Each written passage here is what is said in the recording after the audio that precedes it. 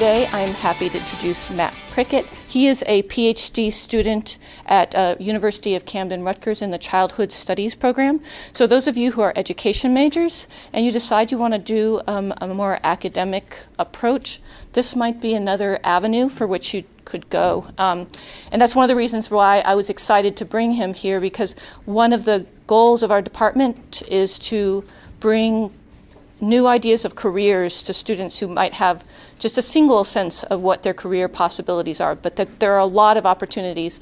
And Matt offers one of those. Mr. Prickett, excuse me. I met Mr. Prickett at a board game store, of all places. We were playing board games together, and we started chatting about what we do, and it turns out he studies history, I study history. We both are really interested in interdisciplinary studies, and in fact, he started out as a literature background, and that made me more excited, because one of the things we're trying to do in American Studies is teach students how to look at a question from a wide variety of disciplines and a wide variety of tools that we have and methods we have in different disciplines. And so we're going to see an example of how that can be done really well. Another thing that makes me excited is that we have a lot of, in the interdisciplinary research and writing course, we're focusing on utopias, and he talks about one of the most interesting utopias, the Oneida people, and he will share what the Oneida Utopian community was about. And a lot of students were really interested in children, and that's exactly what he studies. And children are really hard to understand because they don't leave documents the same way adults do. And so I'm hoping you will learn a little bit about that.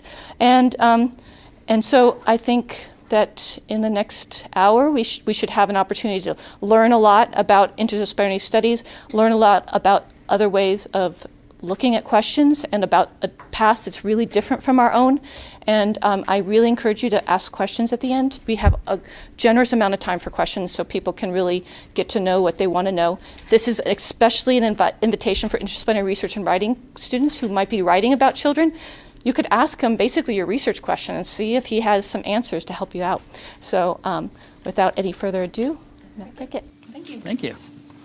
All right. That's a good start. Break my watch. Okay, so like explained, I come from a background of children's literature, and I somehow ended up doing a very traditional historical project. I don't know how that happened. So just how many of you are familiar with the Oneida community? Let me show of hands where we're starting. Okay, it was a social religious utopian community in the 19th century. It lasted from 1846 to 1881. Those years are flexible depending on how you define the start and end. They began as the vision of a man named John Humphrey Nose, and I know it's not spelled that way, but that's how it's pronounced because the descendants still live in the house, which is where I did some of my archival research. So John Humphrey Nose had this vision that the big idea was marriage especially was just a sham. This idea of one man, one woman sharing a life together, that was ridiculous. He believed in what today we would probably call like an open relationship or polyamorous relationship. That would be a contemporary way to understand it. He defined it as complex marriage. And it was one of his guiding principles in starting this utopian community, where he gathered people together. They were all heterosexually married to each other, and they lived together. And yes, they just really had sex with each other. And this is the 19th century, which we tend to think of as like very repressed. They were not.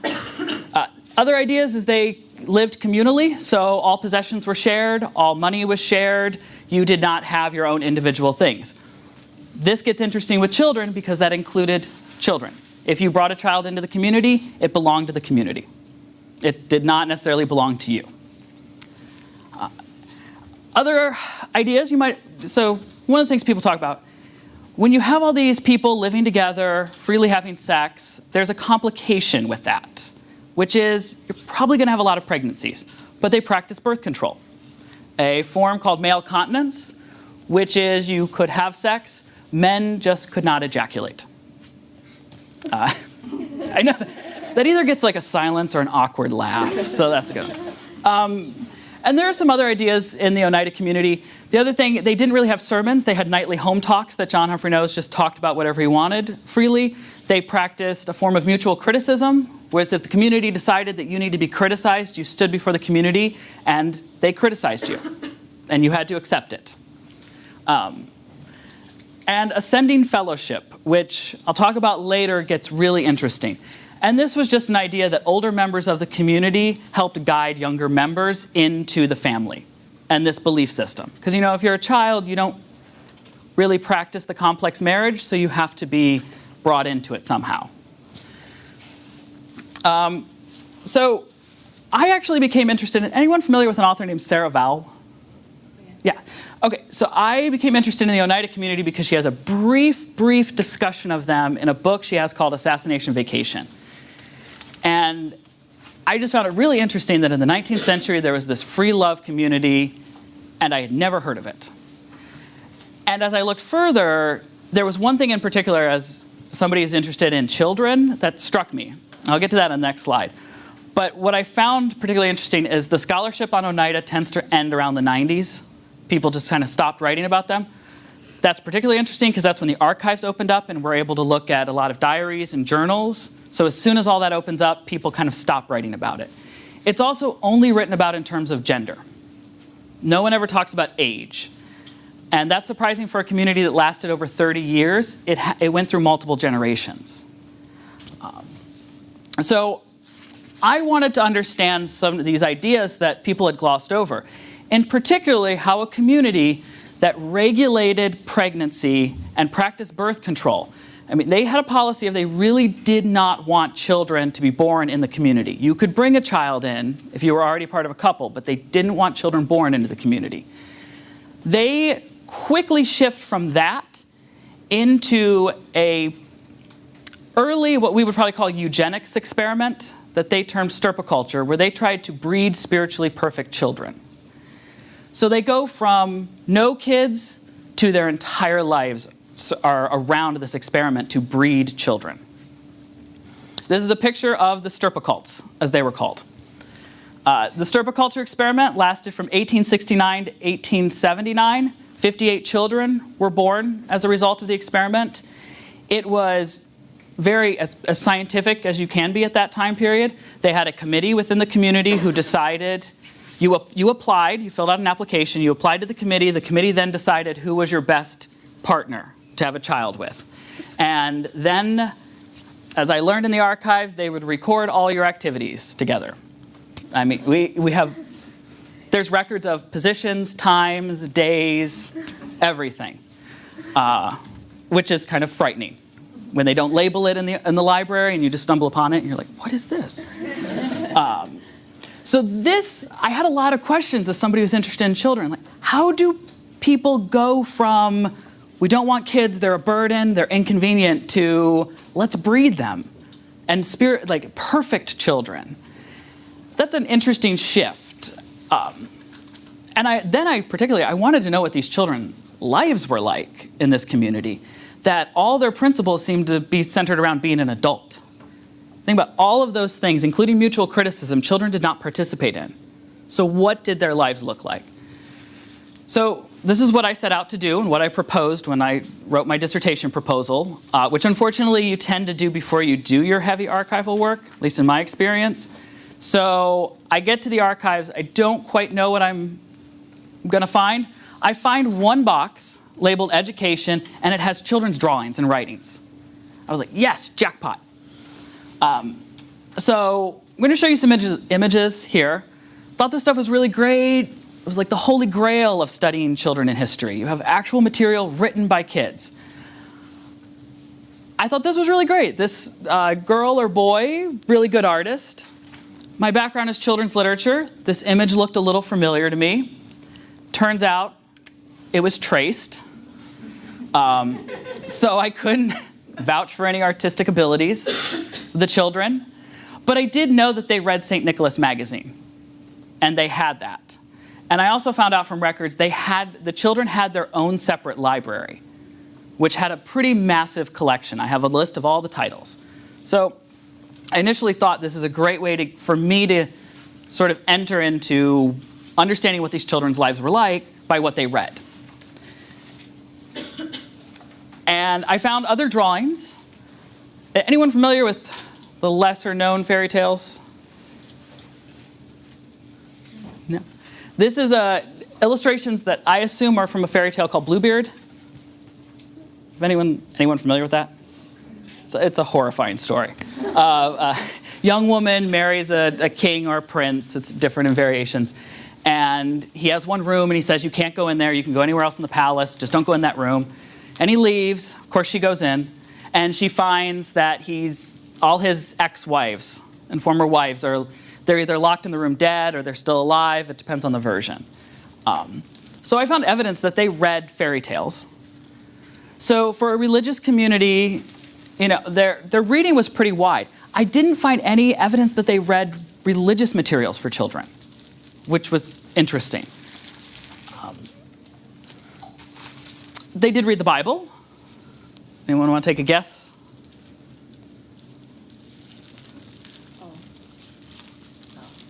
Sarah and Jacob. And the story of Sodom and Gomorrah, she's turning to the city as he's leaving with his daughters. So I also thought this was interesting, that a child in the Oneida community just illustrates the Sodom and Gomorrah story. But what happened is I got really excited. This doesn't really lead to many conclusions about their lives or anything. And I had a problem with dating this material. So it's just a box full of stuff, and I don't know what date it's from. The stuff that did have dates were from the 1890s, which is about 10, 15 years out of the stirpiculture experiment. So these are the younger stirpicults, or they're the children of other community members. So this material, I had a whole box of stuff produced by children, and it was pretty much useless in telling me anything about the Oneida community up to 1881, which is when they broke up. This was upsetting, because I spent a lot of time tracing this and trying to figure out who wrote what and connecting things. But I was told, discussing with my committee members, they were like, that's not really going to work if it's 15 years out of your time period. So I had to think of a different way to try to find children. Now, at this point, I'm through my first archival trip, and the archives are in Syracuse and at the Oneida Mansion. It still stands. And the problem is, that's all the records the kids left. I have nothing else from kids. John Humphrey Nose barely wrote about children. Very little. The community kept almost no records about kids. I have nothing. And as a literature person, I like quotes, and I have no quotes. And I have nothing to work with. So I had to think of other ways to approach this project, because I had promised I was going to write about children. And so I decided to go back to those big principles and try to figure out how children fit into those bigger ideas. And this is a challenge of trying to write about children when they don't exist in the historical record in an obvious way, that you have to sort of, what somebody once called, they told me it's like reading into the shadows. It's more like screaming into a void for me. But so if you were to map, this is what complex marriage looks like. I had to sort of understand how children fit into that. Because the one thing in reading the literature about complex marriage, they start to refer to that as the family. When they're talking about the marriage and all the adults, that's the family. And so children aren't a part of what they refer to as the family. In their diaries, in their letters, in the circular, which was their newspaper that was published three times a week for about 30 years. And I thought this was interesting, that children weren't referred to in any reference of a family.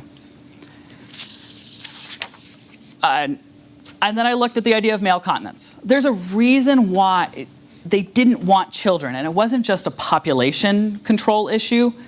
Nose really believed that if children were born by accident or conceived by accident, they're unwanted, they would be unruly.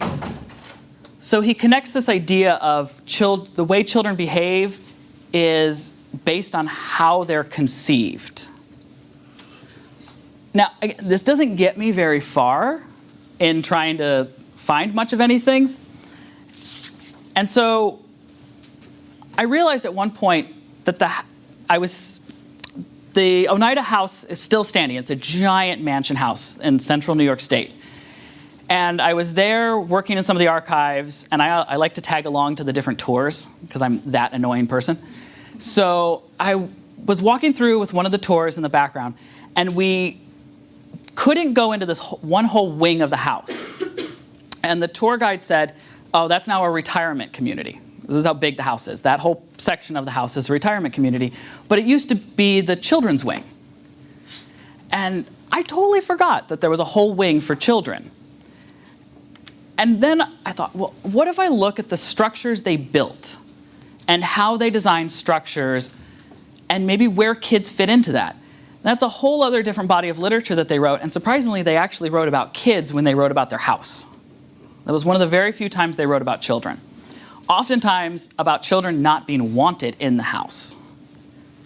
So this is one of the earliest pictures of the first house that they built. You can't really tell. The 3-4-story structure in the front was what was called the wooden mansion house. It was the first structure where all the adults lived.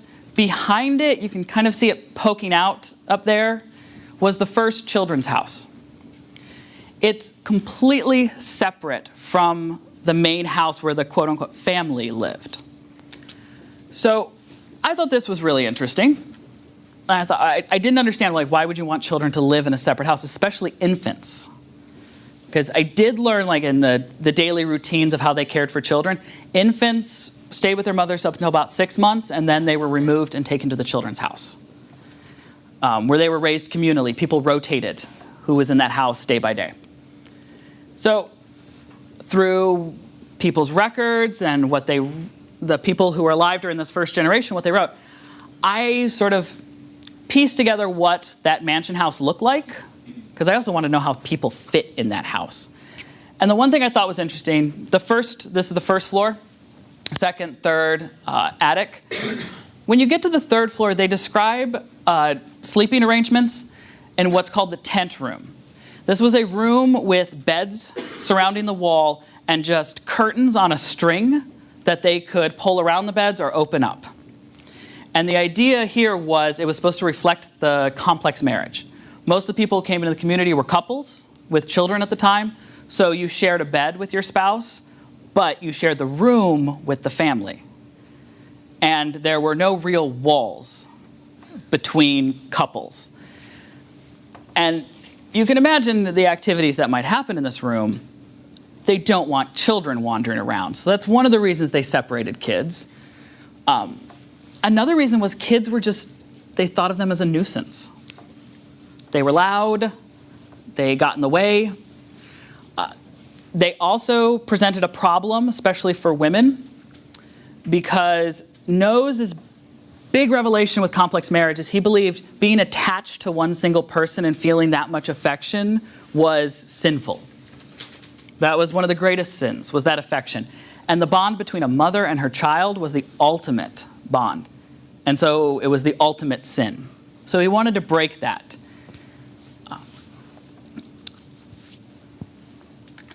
So I started to trace records and try to figure out what it might be like for these kids in this separate house. How did they raise them? How did they deal with, health issues?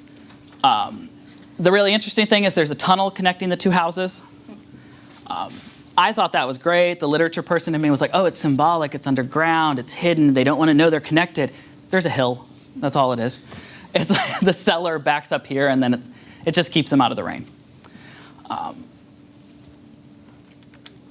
So as the community expanded, the adults needed more space. The child population wasn't growing, the adult population was.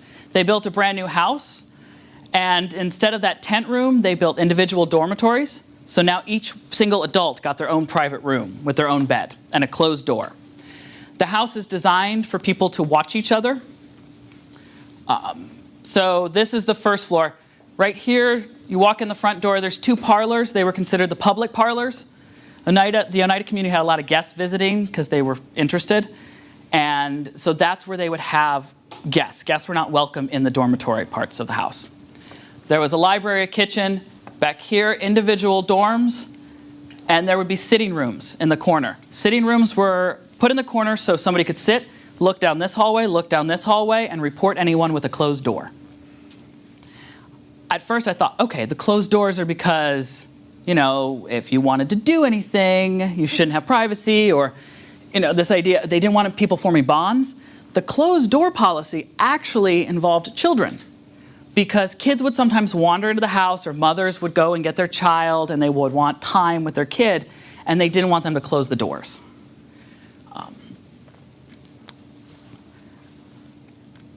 And the Children's House still stood during this time. So here's a picture probably from the mid-1860s. There's no date on it.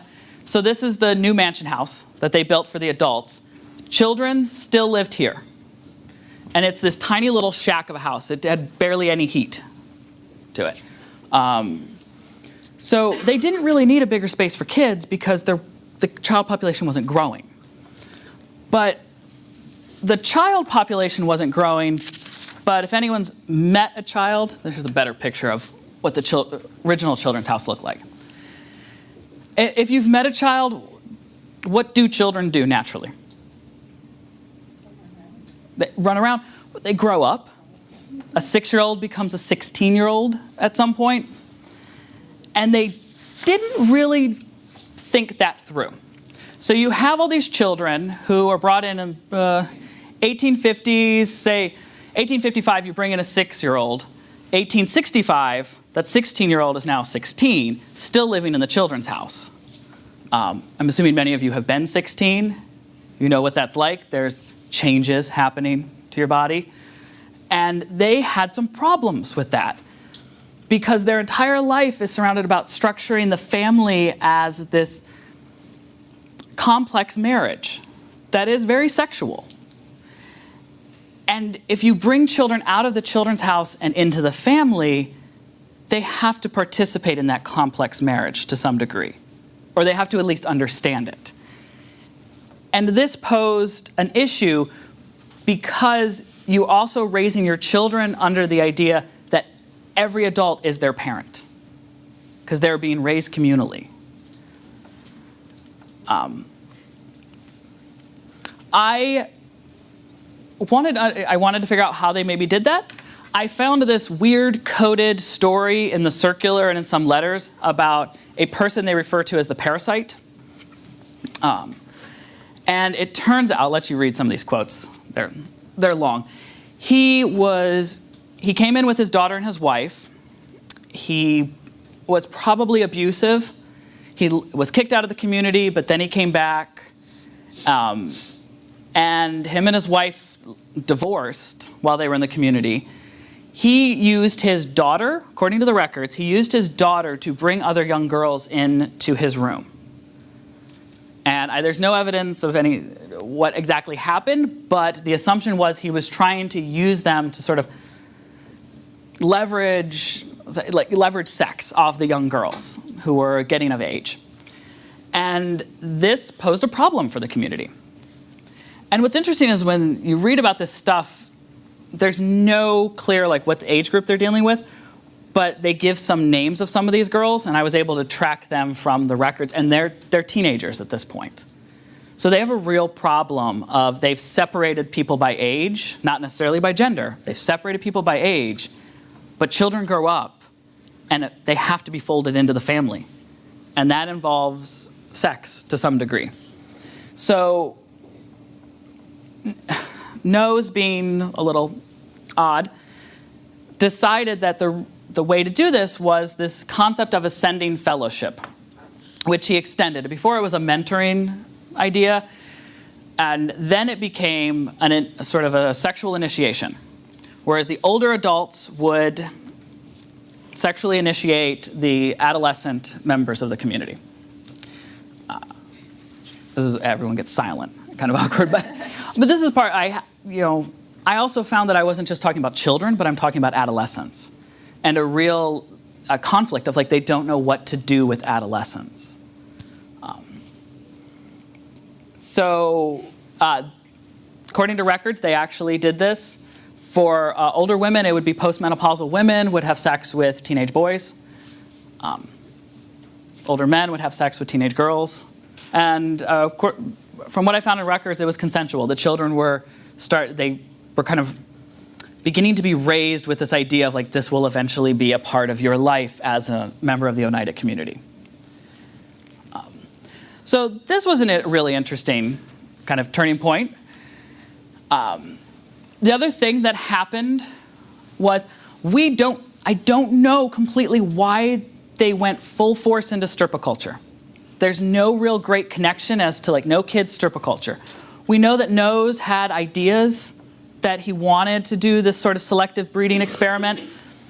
The record we have of when he first tries to introduce it is under this idea of he wants to break up couples that are starting to form.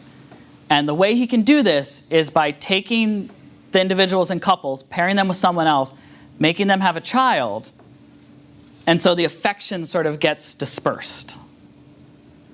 Because he didn't want that, what he called a special love, that affectionate feeling for one individual. So kids become this way that Nose tries to break up the sort of special love that he's seen rising, especially among the second generation.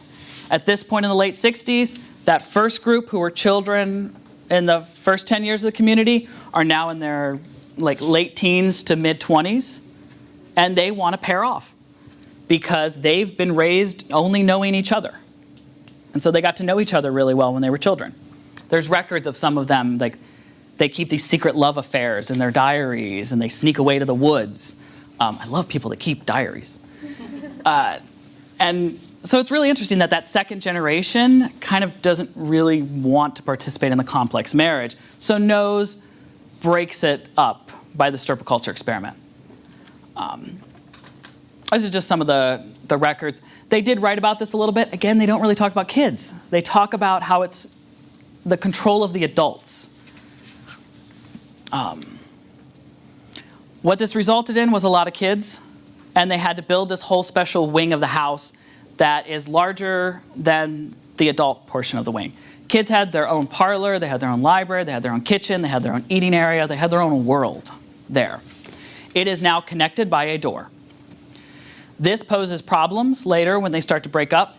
In diaries and records, what I found is a lot of times mothers would sneak away in the middle of the night to go hug their child or to spend time with them. Kids would cross the threshold and come into the adult space, and that was not good. So there was a lot of tension, especially that second generation that now have kids that they have feelings for.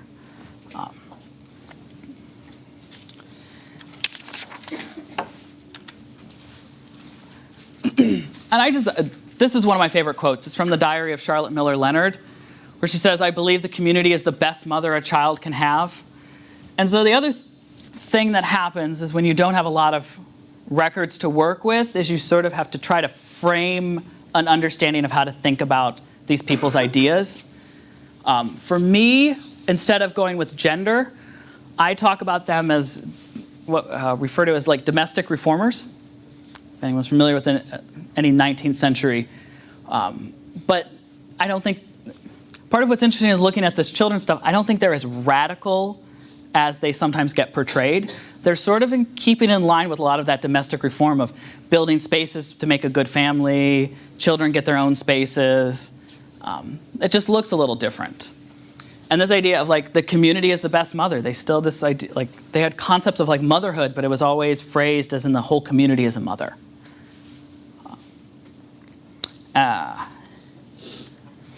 And this is a picture of the children's wing, or the new children's house. I think it's interesting that it's more ornate. It has more spaces. It's more modern at the time. They made sure that the heat was really good in the children's space. And what happens is that the children become the center of everything. They don't talk about the kids, but they talk about the children's house, going in and out of it, the activities in it. That is really important to them. And so part of how I found children was sort of how they talked about these spaces. When they get to the children's house, they love this space. This is the most important part of their house. And I believe what is it? This is just a map of, not a map, but it's a diagram of how I've had to figure out all the different spaces that they have. It's a massive structure. It still exists. It's still standing. You can go visit it. You can get married there, which is really great. It's a hotel, an apartment complex, a retirement home, a wedding venue, community center, and descendants still live there. Yeah, so probably time for questions. Yeah, Thank so you.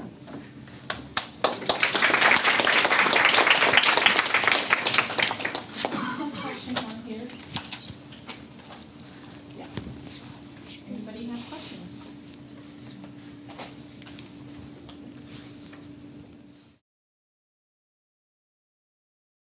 So I have a question. It's actually less about the children, but like, so how do they finance this stuff? Because I'm actually kind of a little interested in that. Like, this all looks incredibly expensive.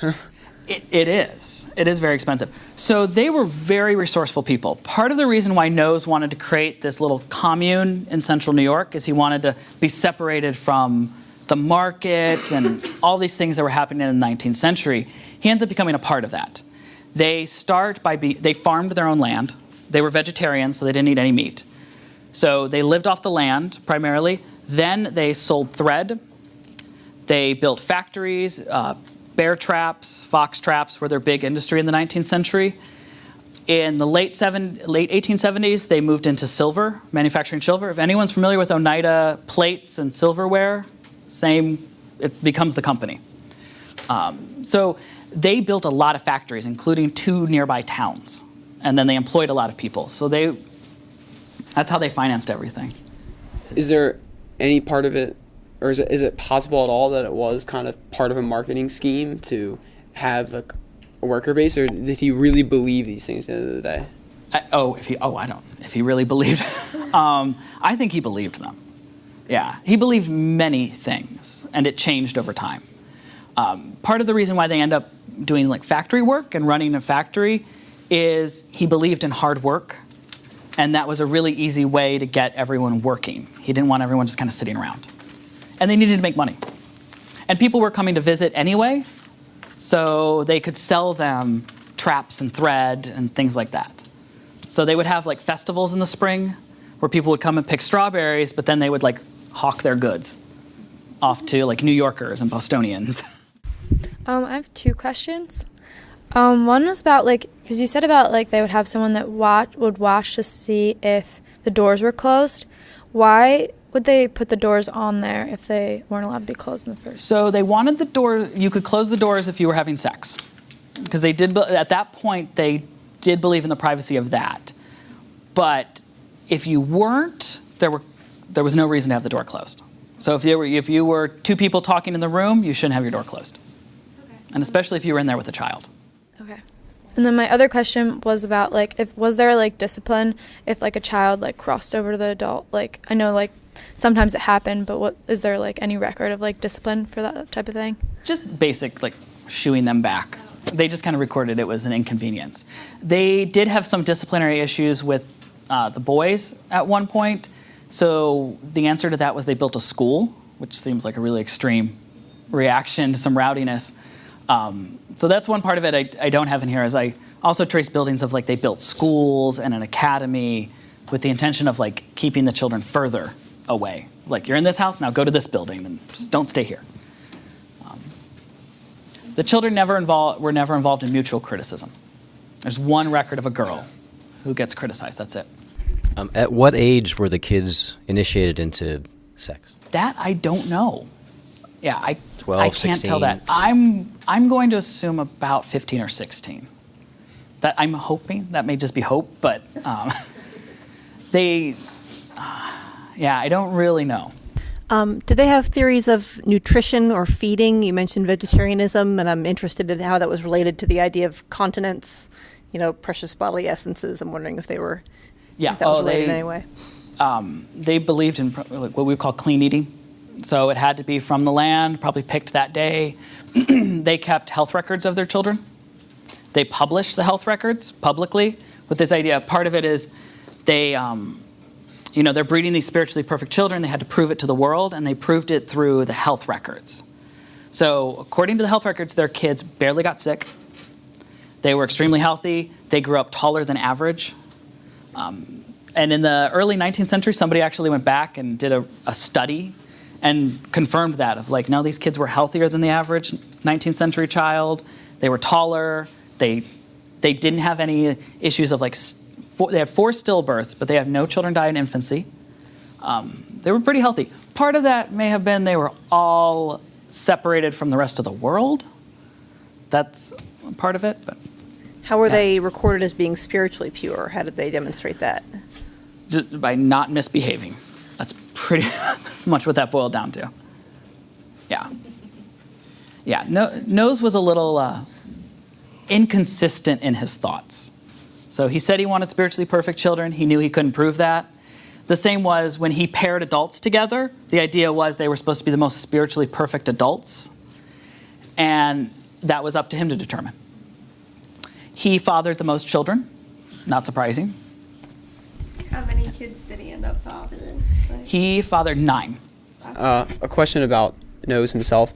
Did he ever see himself in any of his like diary entries or writings as like kind of a like a pseudo god figure? Did he ever kind of develop that complex? Because I feel like when you're running a whole community like this and what you say goes, that could kind of over years change your perception on things. So the one thing I skipped over is Nose's ideas are grounded in a perfectionist approach to Christianity, which is as a human you can get as perfect as possible. Again, he was inconsistent in that, so he didn't see himself as God-like, but he saw himself as close to God as you could get. Like, he had obtained that level of perfection. This compared to, like, the Mormons, like, what is the difference? Oh, well, that's a big question. That's how you got started. Yeah, so originally this dissertation involved the Oneida community, and then I was going to look at the Latter-day Saints and the Mormons. So I did almost a half a year of archival research in Salt Lake City on top of this, which is why it's taken me forever. And the problem was I had way too much material to write on both. The difference is basically theological and social. This was more of a social experiment. Nose had ideas of religion and God, and that was there, but this was more about like social control for him and trying to realize a utopian vision. That's there with the Mormons, but the Mormons very much wanted to reimagine what Christianity looked like. Does that kind of answer? Yeah. For the Mormons, it's more deeply theological. Were there ever any recorded instances of, like, after the community broke up, people having trouble integrating back into normal society? Yes. So as soon as they break up and everyone goes about their way, they all keep diaries, which is the problem I ran into. So here's the funny thing. The day that the community disbanded, they voted, that second generation decided we don't want to do this anymore. At this point, Nose had escaped in the middle of the night to Niagara, and he was trying to run the community from there. It wasn't working. His son was actually the one who said, I'm done with this. So in one day, they performed 56 marriages, because it turned out everybody had already found someone secretly. So most of them stayed, and they continued living in the house. The ones who left did report that they had a little struggle, but everyone was fine. And actually, the really funny thing is when they formed the company that day too, the Oneida Limited, which did silverware and other things in central New York and upstate and all that. Up until the early 80s, they were the only company that never unionized in that area. And the reason is because when unions came in and said, we want to offer you a deal, the workers said, you can't offer us anything better than what they refer to as the family already gives us. So they took these sort of communal ideas with them into the company, and that was the stirpicults who ran the company. And I have one more, just a quick question. How did surnames work in this community, like when they had children? Fathers. Yeah, there's a lot of, if you go to that area and you drive around, there's like Nose Hardware, Nose Eye Doctor, there's a lot of Noses still around. So one thing with like I think it's the Amish, where if you want to leave the community, you can leave it, but you're not allowed to go back. You can't go back and see your family. Did they have anything similar to that? No, you were able to leave and come back as freely as you wanted. They only kicked out 2 people, that parasite that they refer to, and Charles Godot. That name familiar? Anyone? Yeah, he shot McKinley. Oh, that's why he's in Assassination Vacation. Yes. So she just talks about Godot being here for a second, and he's the one person of all the records, he is the one person that they refer to as being too creepy for them, that they have to get rid of. And the women actually vote him out. It was like Survivor. It's fascinating in the records where it's like the women gathered at night, took a vote. Did they participate in the democracy at all? Like in New York, the state, the federal government? Did they vote? Not that I know of. They really don't. They want to keep to themselves. So, I mean, like, today, I feel like it's just, like, borderline impossible because of taxes and property rights and all this other stuff. So, like, did they, like you said before, they entered the market, but did they run into any other problems like that in terms of conflicting communities in the area? Nope, they were pretty much left alone, which is a big difference between them and the Mormons. Or the Mormons were sort of like chased around for 10 years. Oneida community, they settled, stayed put. They were very public about what they did. People came to visit. They were left alone, pretty much. The only difference, there was a local preacher who towards the end started creating problems with Nose, wanting to accuse him of adultery. And that's why Nose left in the middle of the night, but it was really because of the internal tensions. Has there been anybody else since this community has dissolved that's tried to replicate this throughout the world that you know of? Or something similar? I don't know if directly referencing Oneida, but I mean, this kind of starts an American tradition of communal living, especially a free love.